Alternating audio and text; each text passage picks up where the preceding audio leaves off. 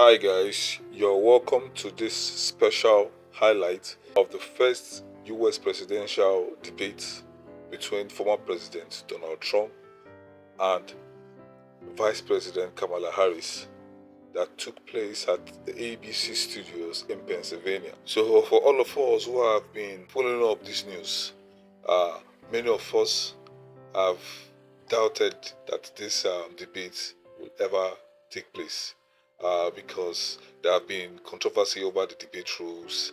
There have been controversy about the network that will host the debate. A bit of doubt that this debate will ever take place.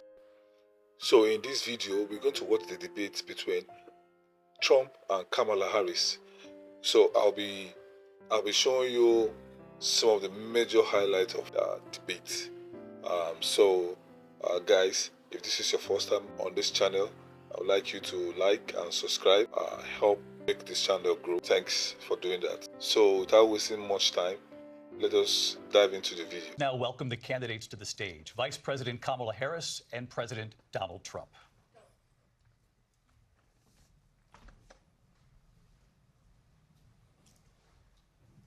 Kamala Harris. Let's have a good debate. Nice to see you. Have fun. Thank you. Welcome to you both. It's wonderful to have you. It's an honor to have you both here tonight. Good evening. We are looking forward to a spirited and thoughtful debate. So let's get started. I want to begin tonight with the issue that voters repeatedly say is their number one issue, and that is the economy and the cost of living in this country. Vice President Harris, you and President Trump were elected 4 years ago, and your opponent on the stage here tonight often asks his supporters, are you better off than you were 4 years ago? When it comes to the economy, do you believe Americans are better off than they were 4 years ago?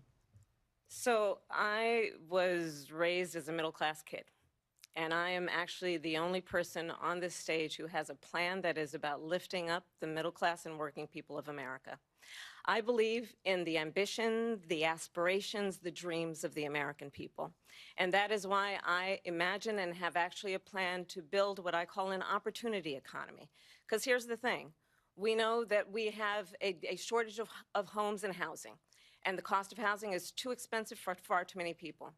We know that young families need support to raise their children, and I intend on extending a tax cut for those families of $6,000, which is the largest child tax credit that we have given in a long time, so that those young families can afford to buy a crib, buy a car seat, buy clothes for their children. My passion, one of them, is small businesses. My mother raised my sister and me, but there was a woman who helped raise us. We call her our second mother. She was a small business owner. I love our small businesses.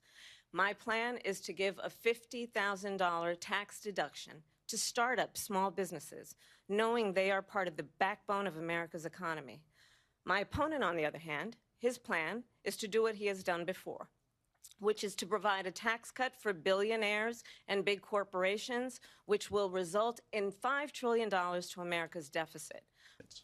First of all, I have no sales tax. That's an incorrect statement. She knows that. We're doing tariffs on other countries. Other countries are going to finally, after 75 years, pay us back for all that we've done for the world.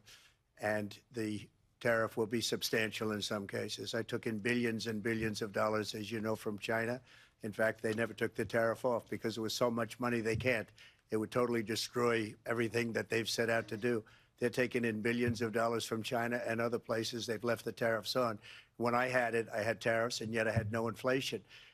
Look, we've had a terrible economy because inflation which is really known as a country buster. It breaks up countries. We have inflation like very few people have ever seen before, probably the worst in our nation's history.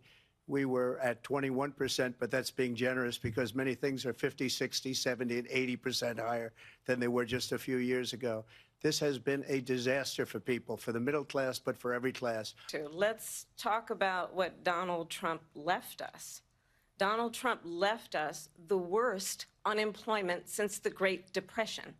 Donald Trump left us the worst public health epidemic in a century.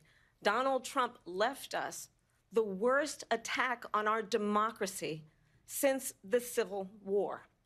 And what we have done is clean up Donald Trump's mess What we have done and what I intend to do is build on what we know are the aspirations and the hopes of the American people. Vice President Harris says that women shouldn't trust you on the issue of abortion because you've changed your position so many times.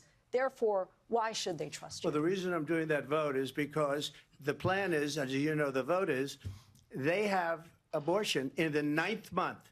They even have, and you can look at the governor of West Virginia, the previous governor of West Virginia, not the current governor, who's doing an excellent job, but the governor before, he said the baby will be born and we will decide what to do with the baby. In other words, we'll execute the baby. There is no state in this country where it is legal to kill a baby after it's born. Madam Vice President, I want to get your response to President Trump. Well, as I said, you're going to hear a bunch of lies, and that's not actually a surprising fact. Let's understand how we got here. Donald Trump hand-selected 3 members of the United States Supreme Court with the intention that they would undo the protections of Roe v. Wade. And they did exactly as he intended. And now in over 20 states, there are Trump abortion bans, which make it criminal for a doctor or nurse to provide health care. In one state, it provides prison for life. Trump abortion bans that make no exception even for rape and incest, which understand what that means. A survivor of a crime of violation to their body does not have the right to make a decision about what happens to their body next. That is immoral. And one does not have to abandon their faith or deeply held beliefs to agree. The government, and Donald Trump certainly, should not be telling a woman what to do with her body. I have talked with women around our country. You want to talk about this is what people wanted? Pregnant women who want to carry a pregnancy to term, suffering from a miscarriage, being denied care in an emergency room because the healthcare providers are afraid they might go to jail, and she's bleeding out in a car in the parking lot. We're going to turn now to immigration and border security. We know it's an issue that's important to Republicans, Democrats, voters across the board in this country. Vice President Harris, you were tasked by President Biden with getting to the root causes of migration from Central America. We know that illegal border crossings reached a record high in the Biden administration. This past June, President Biden imposed tough new asylum restrictions. We know the numbers since then have dropped significantly. But my question to you tonight is, why did the administration wait until 6 months before the election to act? And would you have done anything differently from President Biden on this? So I'm the only person on this stage who has prosecuted transnational criminal organizations for the trafficking of guns, drugs, and human beings. And let me say that the United States Congress, including some of the most conservative members of the United States Senate, came up with a border security bill which I supported. And that bill would have put 1,500 more border agents on the border to help those folks who are working there right now overtime, trying to do their job. It would have allowed us to stem the flow of fentanyl coming into the United States. I know there are so many families watching tonight who have been personally affected by the surge of fentanyl in our country. That bill would have put more resources to allow us to prosecute transnational criminal organizations for trafficking in guns, drugs, and human beings. But you know what happened to that bill? Donald Trump got on the phone, called up some folks in Congress, and said, kill the bill. And you know why? Because he'd prefer to run on a problem instead of fixing a problem that is being raised. And I'm going to actually do something really unusual, and I'm going to invite you to attend one of Donald Trump's rallies, because it's a really interesting thing to watch. You will see during the course of his rallies, he talks about fictional characters like Hannibal Lecter. He will talk about windmills cause cancer. And what you will also notice is that people start leaving his rallies early out of exhaustion and boredom. And I will tell you, the one thing you will not hear him talk about is you. You will not hear him talk about your needs, your dreams, and your desires. And I'll tell you, I believe you deserve a president who actually puts you first, and I pledge to you that I will. Vice President Harris, thank you. President Trump, on that point, I want to get your response. Well, I would like to respond. Let me just ask, though, why did you try to kill that bill, and successfully so, that would have put thousands of additional agents and officers on the border? First, let me respond as to the rallies. She said people start leaving. People don't go to her rallies. There's no reason to go. And the people that do go, she's bussing them in and paying them to be there, and then showing them in a different light. So she can't talk about that. People don't leave my rallies. We have the biggest rallies, the most incredible rallies in the history of politics. That's because people want to take their country back. Don't want to talk about it because they're so embarrassed by it. In Springfield, they're eating the dogs, the people that came in. They're eating the cats. They're eating the pets of the people that live there. And this is what's happening in our country. And it's a shame to many, many billions of dollars, many, many billions. And when people see it, they are even surprised. So we don't have to talk about that. Fracking, she's been against it for 12 years. Defund the police, she's been against that forever. She gave all that stuff up very wrongly, very horribly, and everybody's laughing at it, okay? They're all laughing at it. She gave up at least 12 and probably 14 or 15 different policies. Like, she was big on defund the police. In Minnesota, she went out, wait a minute, I'm talking now, if you don't mind, please. Does that sound familiar? She went out in Minnesota and wanted to let criminals that killed people, that burned down Minneapolis, she went out and raised money to get them out of jail. She did things that nobody would ever think of. Now she wants to do transgender operations on illegal aliens that are in prison. This is a radical left liberal that would do this. She wants to confiscate your guns, and she will never allow fracking in Pennsylvania. If she won the election, fracking in Pennsylvania will end on day one. Just to finish, one thing so important in my opinion. So I got the oil business going like nobody has ever done before. When they took over, they got rid of it, started getting rid of it, and the prices were going up the roof. President, you said you wanted to ban fracking. Now you don't. You wanted mandatory government buyback programs for assault weapons. Now your campaign says you don't. You supported decriminalizing border crossings. Now you're taking a harder line. I know you say that your values have not changed. So then why have so many of your policy positions changed? So my values have not changed, and I'm going to discuss at least every point that you've made. But in particular, let's talk about fracking because we're here in Pennsylvania. I made that very clear in 2020. I will not ban fracking. I have not banned fracking as Vice President of the United States. And in fact, I was the tie-breaking vote on the Inflation Reduction Act, which opened new leases for fracking. My position is that we have got to invest in diverse sources of energy so we reduce our reliance on foreign oil. We have had the largest increase in domestic oil production in history because of an approach that recognizes that we cannot over-rely on foreign oil. As it relates to my values, let me tell you, I grew up a middle-class kid raised by a hardworking mother who worked and saved and was able to buy our first home when I was a teenager. Mr. President, on January 6th, you told your supporters to march to the Capitol. You said you would be right there with them. The country and the world saw what played out at the Capitol that day, the officers coming under attack. Aides in the West Wing say you watched it unfold on television off the Oval Office. You did send out tweets, but it was more than 2 hours before you sent out that video message telling your supporters to go home. Is there anything you regret about what you did on that day? You just said a thing that isn't covered. Peacefully and patriotically, I said during my speech, not later on. Peacefully and patriotically. And nobody on the other side was killed. Ashley Babbitt was shot by an out-of-control police officer that should have never, ever shot her. It's a disgrace.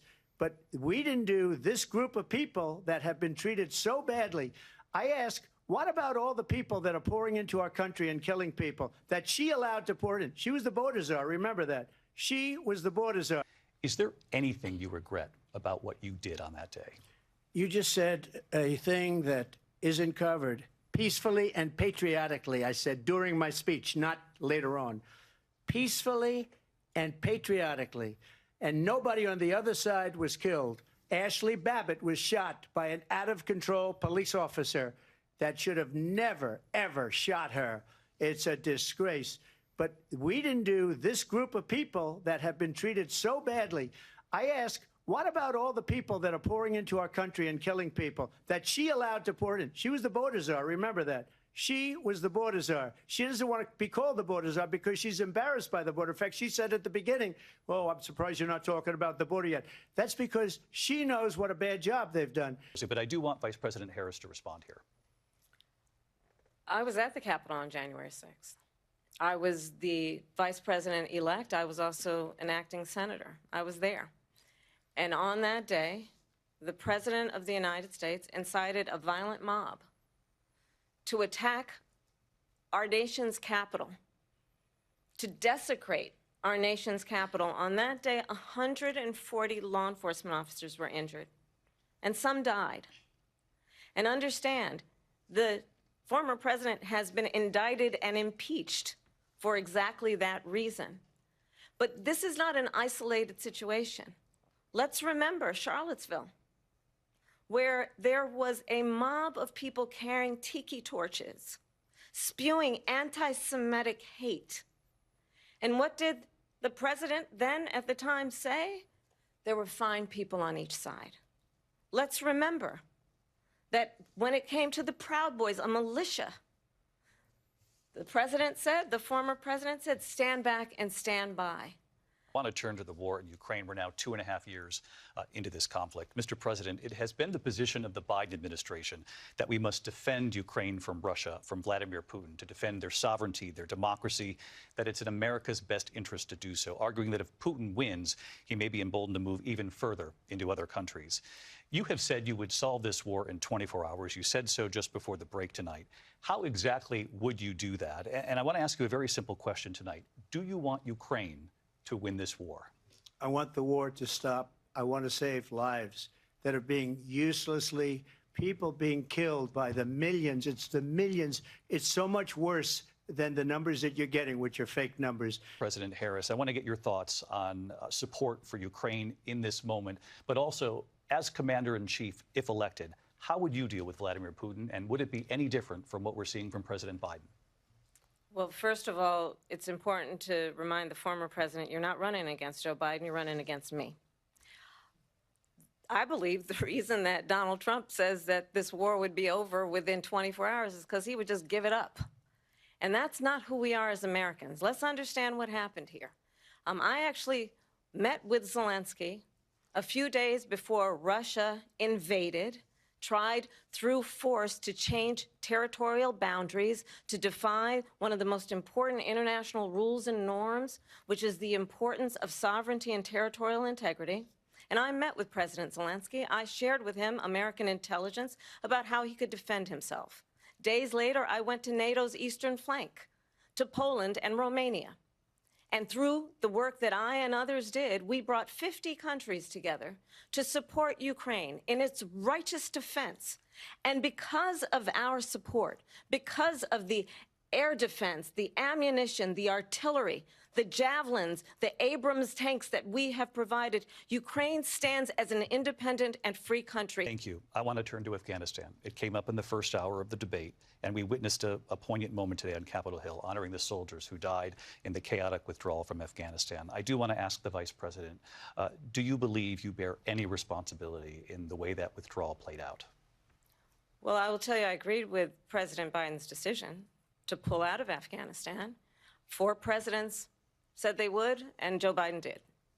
And as a result, America's taxpayers are not paying the $300 million a day we were paying for that endless war. And as of today, there is not one member of the United States military who is in active duty in a combat zone in any war zone around the world, the first time this century. Trump, your response to her saying that you began the negotiations with the Taliban. So if you take a look at that period of time, the Taliban was killing our soldiers, a lot of them, with snipers. And I got involved with the Taliban because the Taliban was doing the killing. That's the fighting force within Afghanistan. They don't bother doing that because, you know, they deal with the wrong people all the time. But I got involved. And Abdul is the head of the Taliban. He is still the head of the Taliban. And I told Abdul, don't do it anymore. You do it anymore, you're going to have problems. And he said, why do you send me a picture of my house? I said, you're going to have to figure that out, Abdul. And for 18 months, we had nobody killed. We did have an agreement negotiated by Mike Pompeo. It was a very good agreement. The reason it was good, it was we were getting out. We would have been out faster than them, but we wouldn't have lost the soldiers. We wouldn't have left many Americans behind, and we wouldn't have left $85 billion worth of brand new, beautiful military equipment behind. And just to finish, they blew it.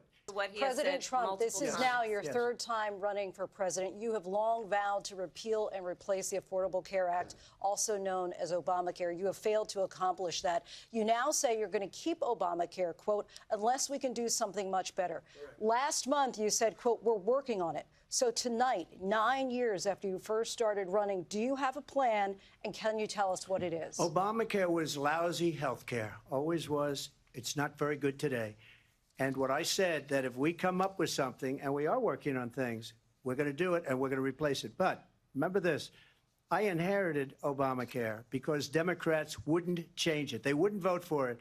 They were unanimous. They wouldn't vote to change it. If they would have done that, we would have had a much better plan than Obamacare. But the Democrats came up. They wouldn't vote for it. I had a choice to make when I was president. Do I save it and make it as good as it can be, never going to be great, or do I let it rot? And I felt I had an obligation, even though politically it would have been good to just let it rot and let it go away. I decided, and I told my people, the top people, and they're very good people. I have a lot of good people in that administration. We read about the bad ones. We had some real bad ones, too, and so do they. They have really bad ones. The difference is they don't get rid of them. But let me just explain. I had a choice to make. Do I save it and make it as good as it can be, as good as it can be run? So just a yes or no, you still do not have a plan. I have concepts of a plan. I'm not president right now. But if we come up with something, I would only change it if we come up with something that's better and less expensive. And there are concepts and options. President Harris, in 2017, you supported Bernie Sanders' proposal to do away with private insurance and create a government-run health care system. 2 years later, you proposed a plan that included a private insurance option. What is your plan today? Well, first of all, I absolutely support, and over the last 4 years as vice president, private health care options. But what we need to do is maintain and grow the Affordable Care Act. We have another issue that we'd like to get to that's important for a number of Americans, in particular younger voters, and that's climate change. President Trump, with regard to the environment, you say that we have to have clean air and clean water. Vice President Harris, you call climate change an existential threat. The question to you both tonight is, what would you do to fight climate change? And Vice President Harris, we'll start with you. 1 minute for you each. Well, the former president had said that climate change is a hoax. And what we know is that it is very real. You ask anyone who lives in a state who has experienced these extreme weather occurrences, who now is either being denied home insurance or it's being jacked up. You ask anybody who has been the victim of what that means in terms of losing their home, having nowhere to go. We know that we can actually deal with this issue. The young people of America care deeply about this issue. Time has come for closing statements, and Vice President Harris, we begin with you. So I think you've heard tonight two very different visions for our country. One that is focused on the future, and the other that is focused on the past, and an attempt to take us backward. But we're not going back. And I do believe that the American people know we all have so much more in common than what separates us, and we can chart a new way forward.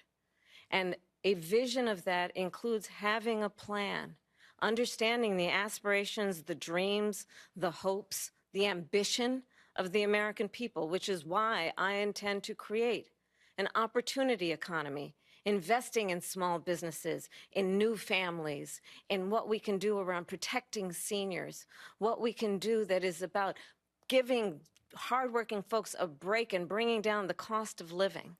I believe in what we can do together that is about sustaining America's standing in the world and ensuring that we have the respect that we so rightly deserve, including respecting our military and ensuring we have the most lethal fighting force in the world. Thank you. President Trump? So she just started by saying she's going to do this, she's going to do that, she's going to do all these wonderful things. Why hasn't she done it? She's been there for 3.5 years. They've had 3.5 years to fix the border. They've had 3.5 years to create jobs, and all the things we talked about. Why hasn't she done it? She should leave right now, go down to that beautiful White House, go to the Capitol, get everyone together and do the things you want to do, but you haven't done it, and you won't do it because you believe in things that the American people don't believe. But I just ask one simple question. Why didn't she do it? We're a failing nation. Wow, this has been entertaining and so explosive. So what do you think, guys? Who do you think won this debate? Who do you think answered the questions that was asked? Who do you think really conveyed the message straight to the audience? And who do you think convinced the independents that they can lead the country well? I would like to read your opinion. Please drop your opinions in the comment section. So if you like content like this, I would like you to like and to subscribe to this channel and watch out for other reaction to the US presidential debate. Thank you and see you in the next video.